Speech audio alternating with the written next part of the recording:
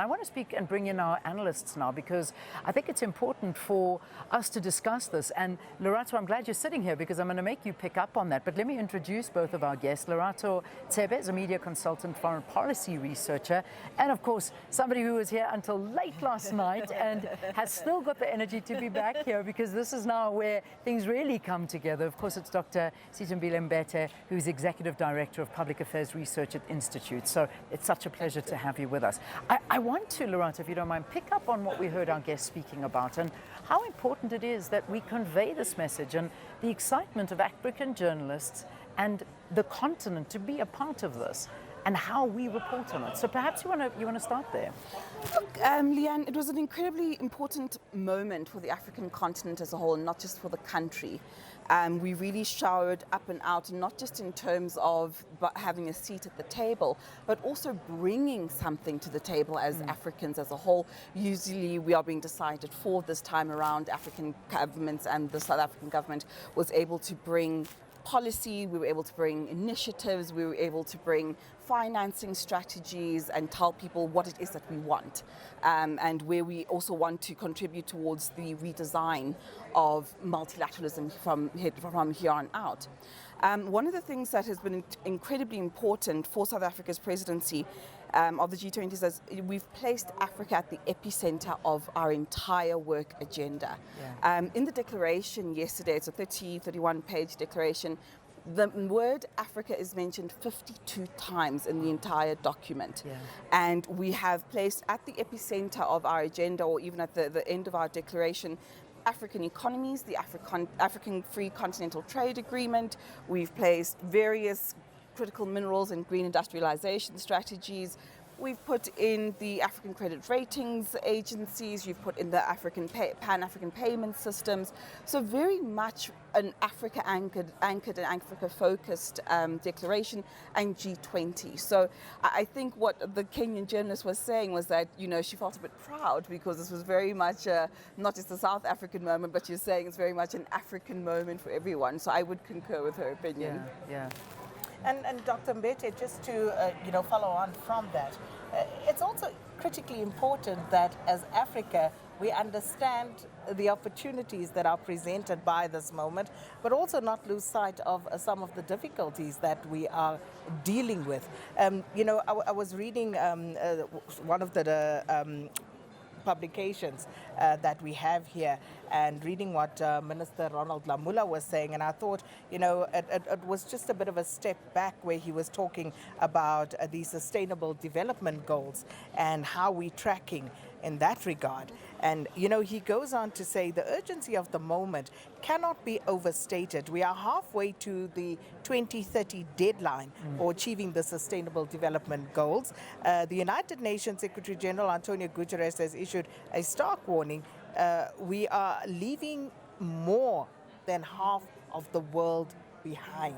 And that's critical because the report paints a further grim picture of only 12% of Sustainable Development Goal targets being on track. Only 12%, yeah. While 30% have stalled or regressed. Indeed, and I think that part of placing Africa at the center of this G20 was about recentering these Sustainable Development Goals and saying what exactly are the blockages that are keeping from us reaching these targets. And amongst them is finance and the very unequal ways in which Africa is included into the global financial market. Already Lerato has mentioned trade and the blockages in terms of regional trade, so within Africa, and then what that means about the terms of trade between Africa and the rest of the world. And so trying to address those was a really big part of the G20's agenda this year. And we heard yesterday in the joint press conference between South Africa and Germany, who have been leading the work on the G20 Compact on Africa and these plans for a Compact 2.0 that aims to really operationalize and put into action some of the remedies for dealing with issues of debt, of financing on equitable terms for the African continent, and then issues of trade as well. Let's talk to the issues of equity and also having a look at what's going to be quite interesting. And we were chatting very briefly, and I think let's bring the viewers into it about that borrowers conference, because that's going to be also incredibly important to see what works on this. Perhaps give us a little bit more about this. Didn't hear, but the conference is taking place. The Borrowers Conference. The Borrowers Conference, indeed, which is around debt sustainability. Absolutely. Because we've spoken quite a lot about this. And, and I had someone yesterday say, you keep talking about the debt. And I said, well, it's because that's the big aspect. Constraint. Right, and let's remember that the G20 was established as a finance ministers meeting to deal with issues around governing international finance and how we coordinate our attempts and our efforts at managing global financial relations. And so debt becomes this critical issue because over the last 5 years, we've seen debt repayments become completely unmanageable for most countries on the continent, and where paying interest back on loans has taken over the amount that's being spent on healthcare, on education, on infrastructure to enable trade and to enable the kind of economic development that we want. And so this idea of a borrowers conference, which is to put together highly indebted states to be able to negotiate with creditor countries, private creditors, because so much of our debt now is actually coming from private sources, and also to be able to negotiate with the development banks in a more equitable way. And we know that there's strength in numbers, and there is strength that comes from from coordinated efforts rather than individual countries trying to negotiate better terms on their own. So let's see if the terms are going to be favorable, at least, going forward, whether those things are going to change. But Lerato, there's also that issue of illicit financial outflows from the African continent. Because if you look at that, flowing into billions of US dollars that are just, siphoned out of the continent. And this could be put to better use. Look, Sakina, I think that's also a question of what is the institutional capacity to prevent that from happening within the African continent as a whole. One of the things that we don't do very well is safeguard our financial architectures as a continent and synthesize it. And as a consequence, we are very easily able to be exploited, not just by foreign governments, even from within continent itself, within our own economies. And I think we've had a number of reports. There is the UN Commission report that has looked at illicit financial flows and taxation. That was a big theme in one of the working groups throughout the G20 meetings. But we need to have stronger safeguards, and we need to agree on maintaining them, on synthesizing them, and operationalizing how we safeguard illicit financial taxation and illicit financial flows from leaving the continent as a whole. And I think that, one of the things is that the reform of the global tax system and ensuring that companies that operate in a country actually pay their fair due in terms of tax is no longer just an African issue or a global South issue. It's affecting the global North as well. And we've seen in the EU over the last few years a number of court cases around getting US technology companies to pay their fair taxes within the EU system. There's an OECD G20 initiative around reforming the international tax system and putting in place regulations, collective regulations and a baseline effectively for corporate tax across the world. There's also UN initiatives around reforming the global tax system. And so all of these global initiatives are really important for the African continent to support in order to achieve our own goals around limiting illicit financial flows. And then, of course, and I think that this is an important point that Lerato has raised, is that you need to build in your own internal institutional capacity. It's tax season for us as South Africans, and we know that SARS, our dear Uncle Edward, has invested a great deal in shoring up the South African, getting our money in the South African taxes. And I know that we resent it sometimes, but the ability for a country to raise its own resources and to ensure that the right domestic sources of revenue are safeguarded is a hugely powerful resource for a country, and so investing in that kind of domestic infrastructure is critical. Can I just shout out to Uncle Edward there and SARS, because I got my message yesterday. I'm good with SARS. Oh, you lucky.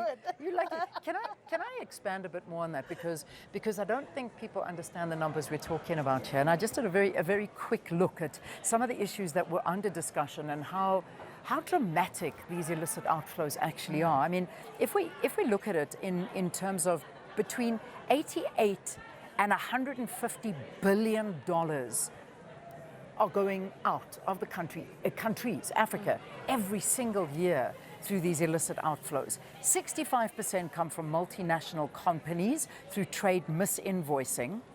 30% from criminal and commercial activities, and about 5% is classic government corruption.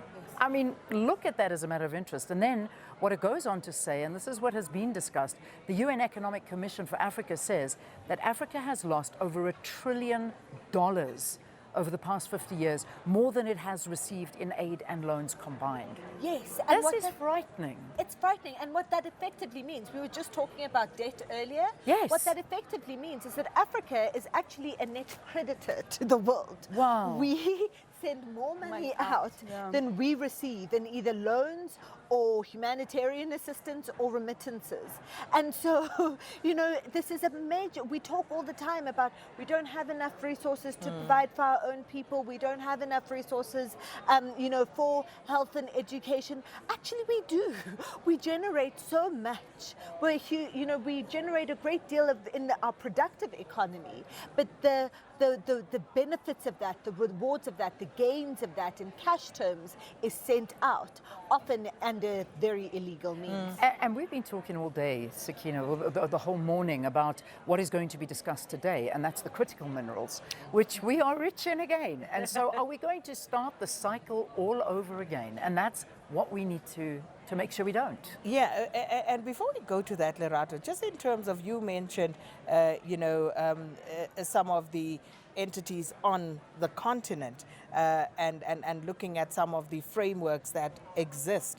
Now, if we look at the Africa Free Trade Agreement and the game changer that is supposed to be for the African continent, looking at what's happening with these illicit outflows, take something as simple as cigarette smuggling here in South Africa. And you look at the impact of that. How does the Africa Free Trade Agreement then start in dealing with something practical like that, to say, okay, we are going to facilitate free trade amongst ourselves. This is how we're going to go about it, but how do we deal with stuff like that?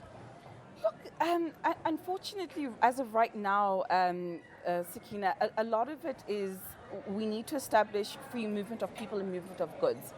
And within the African Union community, this is a big bone of contention. Now, when you want to start clamping down on cigarettes or sweets or chips or socks or whatever the case may be, you're going to have to make sure that there's a complementarity between your legal legislation with, let's say, Namibia and Angola with Botswana, Botswana with South Africa, and so on and so forth. Because if you are all not on the same page as to how to tax this particular good and service, and how do we treat the flow of these goods, how are they transported, where's, let's say, the end user, where is this good essentially going to end up? If you are all not on the same page about that, obviously you're going to leave room for illicit markets to open along the way of the chain of trade going through from one end to another. So you need to have complementarity, and again, it's the issue of, are the institutions synthesized? And that's where we keep coming back here when we keep talking about African trade, is that we don't have a lot of synthesis in the continent as of right now. And that's one of the biggest challenges that's hindering economic growth. And the building blocks of the African Continental Free Trade Agreement is the regional economic communities. So, Africa's organized, there's SADC, there's the EAC, the East African Community, there's ECOWAS, which is in West Africa, there's COMESA, which is Central Africa. And the whole idea is that within our immediate neighborhoods, that we synthesize our policies, we open up free movement of people and goods within our immediate neighborhoods first. And then that then enables, that's the bricks, those are the bricks, so to speak, that are required then as the foundation to then build up to a more continental integration. And until we get that right, it's going to be very difficult to implement a continent-wide free trade agreement. And then we're going to come back to your question about those critical minerals, because that is a critical discussion at this point. It certainly is. But we do need to take a break now, and we're going to say goodbye to Lorato just for now, because we're going to bring in Sophie, because in a moment we should be seeing some of the dignitaries arriving once again as they begin that final day. So that's something that we need to get to. So let's quickly take a break, and we'll be with you after this. SABC, host broadcaster of the G20 South Africa 2025.